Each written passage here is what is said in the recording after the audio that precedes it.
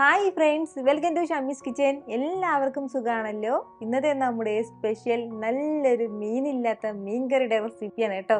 നമ്മളിതിലേക്ക് മീൻ ചേർക്കുന്നില്ലെങ്കിൽ കൂടി മീൻകറിയുടെ അതേ രുചിയിൽ തയ്യാറാക്കി എടുക്കാൻ പറ്റുന്ന നല്ലൊരു കറിയാണ്. അപ്പോൾ ഈ വീഡിയോ ഇഷ്ടമായാൽ ഇതൊന്ന് ലൈക്ക് ചെയ്യാനും കൂടെ തന്നെ സബ്സ്ക്രൈബ് ചെയ്യാനും ആ തൊട്ടടുത്താണെന്ന ബെല്ലൈക്കനിൽ ഓള് മറക്കാതെ കൂടെ ഒന്ന് പ്രസ് ചെയ്തേക്കണേ. എന്നാൽ ശരി, എന്തെങ്ങനെയാണ് തയ്യാറാക്കുന്നത് വേഗം ഒന്ന് കണ്ടു നോക്കാം. നമ്മുടെ ഈ കറി തയ്യാറാക്കി എടുക്കാനായിട്ട് ഞാനിപ്പോൾ ഒരു മൺചട്ടി അടുപ്പത്തേക്ക് വെച്ചിട്ടുണ്ട്. അപ്പോൾ അതൊന്ന് ചൂടായി വരുന്ന സമയം ഇതിലേക്ക് നമുക്ക് 2 ടേബിൾ സ്പൂൺ അളവിൽ വെളിച്ചെണ്ണ ചേർത്ത് കൊടുക്കാം. വെളിച്ചെണ്ണയിൽ തന്നെ നമ്മൾ തയ്യാറാക്കി എടുക്കണം. എണ്ണ ഒന്ന് ചൂടായി തുടങ്ങുമ്പോഴത്തേക്കും 1/2 ടീസ്പൂൺ അളവിൽ മുഴുവൻ ഉലുവ ചേർക്കാവുന്നതാണ്. ഉലുവ നല്ലതുപോലെ കളറൊക്കെ മാറിക്കഴിഞ്ഞാൽ ഇതിലേക്ക് നമുക്ക് ഒരു 5 വെളുത്തുള്ളി അല്ലി, അത്യാവശ്യം വലിയ വെളുത്തുള്ളി അല്ലി നീളത്തിൽ അരിഞ്ഞ് ചേർക്കുകയാണ്.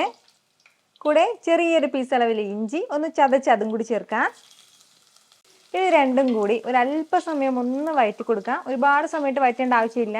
നന്നായിട്ട് ഇഞ്ചിയും വെളുത്തുള്ളിയും എല്ലാം ഒന്ന് ചൂടായി കിട്ടിയാൽ മതിയാവും. എന്നാൽ ഈ ഒരു രീതിക്ക് ഒന്ന് ചൂടായി കഴിഞ്ഞാൽ പിന്നെ നമുക്കിതിലേക്ക് ചേർക്കേണ്ടത് ഒരു 10 ചെറിയുള്ളി ഞാനിപ്പോൾ എടുത്തിട്ടുണ്ട്. എന്നിട്ട് 2ആയിട്ടാണ് അരിഞ്ഞെടുത്തിട്ടുള്ളത്. ആ ചെറിയുള്ളി നമുക്ക് ഇതിലേക്ക് ചേർത്ത് കൊടുക്കാം. ചെറിയുള്ളിയും ചേർത്തിട്ട് വീണ്ടും ഒരു അല്പസമയം കൂടി ഒന്ന് വഴറ്റി കൊടുക്കാവുന്നതാണ്. ചെറിയുള്ളിയുടെ കളറൊക്കെ ലൈറ്റായിട്ട് ഒന്ന് മാറി തുടങ്ങട്ടെ. ഇപ്പോൾ നമ്മുടെ ഈ ചെറിയുള്ളിയുടെ കളറൊക്കെ ലൈറ്റായിട്ട് ഒന്ന് മാറി തുടങ്ങിയിട്ടുണ്ട്. നല്ലൊരു ഗോൾഡൻ കളറിലേക്ക് വന്നിട്ടുണ്ട്. അപ്പോൾ ഈ ഒരു സമയം ഇനി നമുക്ക് ഇതിലേക്ക് മസാലകൾ ചേർത്ത് കൊടുക്കാവുന്നതാണ്. 2 ടേബിൾ സ്പൂൺ നിറയെ മുളക് പൊടി ചേർക്കുകയാണ്. ഇച്ചിരി എരിവ് കുറഞ്ഞിട്ടുള്ള മുളക് പൊടിയാണ് കേട്ടോ. അതിൻ്റെ പേരിലാണ് 2 ടേബിൾ സ്പൂൺ നിറയെ ചേർക്കുന്നത്. അതല്ലാന്നുണ്ടെങ്കിൽ നമ്മൾ സാധാരണ കറിക്ക് എത്രയാണോ ചേർക്കുന്നത് അതിനനുസരിച്ചിട്ട് മാത്രം മുളക് പൊടി ചേർക്കാവുന്നതാണ്. 1/2 ടേബിൾ സ്പൂൺ അളവിൽ മാത്രം മല്ലിപ്പൊടിയും കൂടി. ഇനി വേണ്ടത് മഞ്ഞൾപ്പൊടിയാണ്. 1/2 ടീസ്പൂൺ മഞ്ഞൾപ്പൊടിയും കൂടി ചേർക്കാം. അപ്പോൾ ഇത് ഇത്രയും ചേർത്തിട്ട് നല്ല രീതിക്ക് തന്നെ ഇതെല്ലാം കൂടി ഒന്ന് വറുത്ത് കൊടുക്കാവുന്നതാണ്. നമ്മുടെ ഈ മസാലയുടെയൊക്കെ ആ ഒരു പച്ച ടേസ്റ്റ് നന്നായിട്ട് ഇനി ഒന്ന് മാറി കിട്ടണം. ഫ്ലെയിം ഈ സമയത്ത് നല്ലതുപോലെ കുറച്ച് വെച്ചിട്ട് വേണം കേട്ടോ നമ്മൾ മസാല വറുത്തെടുക്കാനായിട്ട്. ഒരല്പസമയം നന്നായിട്ടൊന്നെ ഒന്ന് വറുത്ത് കൊടുത്ത് നമ്മുടെ ആ മസാലയുടെ ആ ഒരു പച്ച ടേസ്റ്റ് എല്ലാം ഒന്ന് മാറ്റിയെടുത്തിട്ടുണ്ട്. അപ്പോൾ ഇത്രയും ആയി കഴിഞ്ഞാൽ ഇനി വേണ്ടത് ഒരല്പം കറിവേപ്പിലയും കൂടിയാണ്.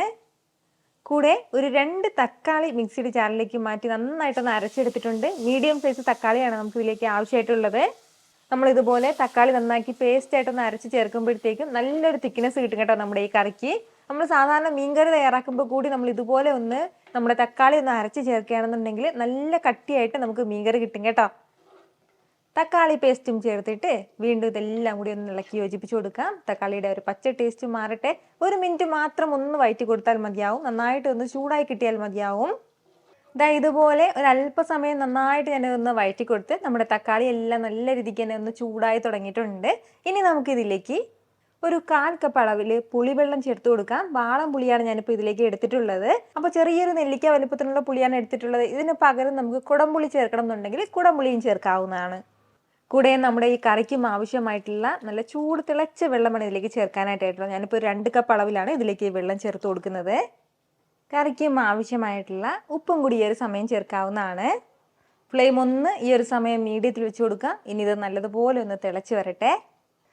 ഇപ്പോൾ നമ്മുടെ കറിയെല്ലാം നന്നായിട്ട് തന്നെ ഒന്ന് തിളച്ചു തുടങ്ങിയിട്ടുണ്ട്. നല്ല രീതിക്ക് തന്നെ ഇതുപോലെ ഒന്ന് തിളച്ചു തുടങ്ങുന്ന സമയമാകുമ്പോഴത്തേക്കും പിന്നെ വേണ്ടത് മീഡിയം സൈസിൽ 2 ബജിക്കായ ഞാനിപ്പോൾ എടുത്തിട്ടുണ്ട്, പച്ചക്കായ. അപ്പോൾ ആ ഒരു കായ ഈ ഒരു സൈസിൽ ഇതുപോലെ ഒന്ന് ചെറുതായിട്ട് ഇങ്ങനെ ചരിച്ചൊന്ന് കട്ട് ചെയ്തിട്ട് ഇതിന് സെൻട്രലായിട്ട് ചെറിയൊരു ഹോൾട്ട് കൊടുത്തിരിക്കുകയാണ്. അതായത് നമ്മുടെ ആ മീനിൻ്റെ ആ ഒരു ഷേപ്പ് കിട്ടാൻ വേണ്ടിയിട്ട് മാത്രമാണ്. ഇങ്ങനെ ഹോൾട്ട് എന്നുള്ള നിർബന്ധമൊന്നുമില്ല. അപ്പോൾ ആ ഒരു പച്ചക്കായ നമുക്ക് ഈ ഒരു സമയത്തിലേക്ക് ചേർക്കാവുന്നതാണ്. അപ്പോൾ നമ്മുടെ പച്ചക്കായയും ചേർത്ത് കൊടുത്തിട്ട് ഫ്ലെയിം മീഡിയത്തിനും ലോക്കും ഇടയിൽ വെച്ചിട്ട് ഒരു 10 മിനിറ്റ് നമുക്ക് ഒന്ന് അടച്ചു വെച്ച് വേവിച്ചെടുക്കാം കേട്ടോ. അപ്പോൾ അത്രയും സമയം കൊണ്ട് തന്നെ നമ്മുടെ ഈ മസാല കംപ്ലീറ്റ് ആയിട്ട് ഈ കായയിൽ പിടിച്ചിട്ടുണ്ടാവും.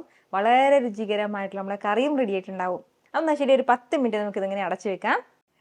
ഇതിപ്പോൾ ഇങ്ങനെ ഒന്ന് തിളയ്ക്കാൻ തുടങ്ങിയിട്ട് ഏകദേശം ഒരു 10 മിനിറ്റോളം ആയിട്ടുണ്ട്. അത്രയും സമയം കൊണ്ട് തന്നെ നല്ല പെർഫെക്റ്റ് ആയിട്ട് നമ്മുടെ ഈ കറി റെഡി ആയിട്ടുണ്ട് കേട്ടോ. ഇപ്പോൾ നമ്മുടെ ആ പച്ചക്കായ എല്ലാം നന്നായിട്ട് തന്നെ ഒന്ന് വെന്ത് കിട്ടിയിട്ടുണ്ട്. നല്ലതുപോലെ തന്നെ സോഫ്റ്റ് ആയിട്ടൊന്ന് വെന്തിട്ടുണ്ട്. അപ്പോൾ ഇനി ലാസ്റ്റിൽ നമുക്ക് ചേർക്കേണ്ടത് എന്താണെന്ന് വെച്ചാൽ 1-2 ടീസ്പൂൺ അളവിൽ പച്ച വെളിച്ചെണ്ണയും കൂടിയാണ്. കൂടെ ഒരല്പം കറിവേപ്പിലയും കൂടി ചേർത്ത് കൊടുക്കാം. എന്നിട്ട് നമുക്ക് നല്ലതുപോലെ ഒന്ന് ഇളക്കിയിട്ട് സൂപ്പറായിട്ട് ഇതൊന്ന് സെർവ് ചെയ്യാവുന്നതാണ്. നിങ്ങൾക്ക് ഈ കറി കാണുമ്പോൾ തന്നെ അറിയാമായിരിക്കുമല്ലോ എന്തുമാത്രം കട്ടിക്കാണ് നമ്മുടെ ഈ കറി കിട്ടിയിട്ടുള്ളതെന്ന്. ഇപ്പോൾ നമ്മൾ ഇതിലേക്ക് മീൻ ചേർത്തിട്ടില്ല എന്നേ ഉള്ളൂ. മീൻ കറിയുടെ അതേ രുചിയിലാണ് കേട്ടോ നമ്മുടെ ഈ കറി കിട്ടുന്നത്. വളരെ രുചികരമായിട്ട് തയ്യാറാക്കി എടുക്കാൻ പറ്റുന്ന ഒരു കറിയാണ് കേട്ടോ. അപ്പോൾ മീനില്ലാതെ മീൻകറിയുടെ അതേ രുചിയിലൊരു കറി തയ്യാറാക്കണം എന്ന് തോന്നുമ്പോൾ ഇതുപോലെ ഒന്ന് ചെയ്ത് നോക്കണം കേട്ടോ. എന്നിട്ട് നിങ്ങളുടെ ഫീഡ്ബാക്ക് എനിക്കൊന്ന് മറക്കാതെ അറിയിക്കുകയും വേണം.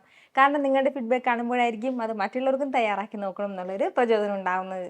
എത്ര എളുപ്പത്തിലും രുചികരമായിട്ടാണല്ലേ നമ്മൾ തയ്യാറാക്കി എടുത്തിട്ടുള്ളത്. അപ്പോൾ ഇത് ഇഷ്ടമായാൽ ഇതൊന്ന് ലൈക്ക് ചെയ്യാനും കൂടെ തന്നെ നിങ്ങളുടെ ഫ്രണ്ട്സിനും ഫാമിലിക്കും എല്ലാവർക്കും ഇതൊന്ന് ഷെയർ കൂടി ചെയ്ത് കൊടുത്തേക്കണം. ഇതുപോലുള്ള റെസിപ്പിക്ക് വേണ്ടിയിട്ട് നമ്മുടെ ഷമീസ് കിച്ചൻ ചാനൽ ഫോളോ ചെയ്യാനും സബ്സ്ക്രൈബ് ചെയ്യാനൊന്നും ആരും മറക്കരുത്. വീണ്ടും നല്ലൊരു ഷാർ വീഡിയോ ആയിട്ട് നാളെ കാണാം. അതുവരേക്കും എല്ലാവരും ഹാപ്പി ആയിട്ടിരിക്കുക, സന്തോഷമായിട്ടിരിക്കുക, എല്ലാവരും സേഫ് ആയിട്ടിരിക്കണം. Take care friends. ടാറ്റാ.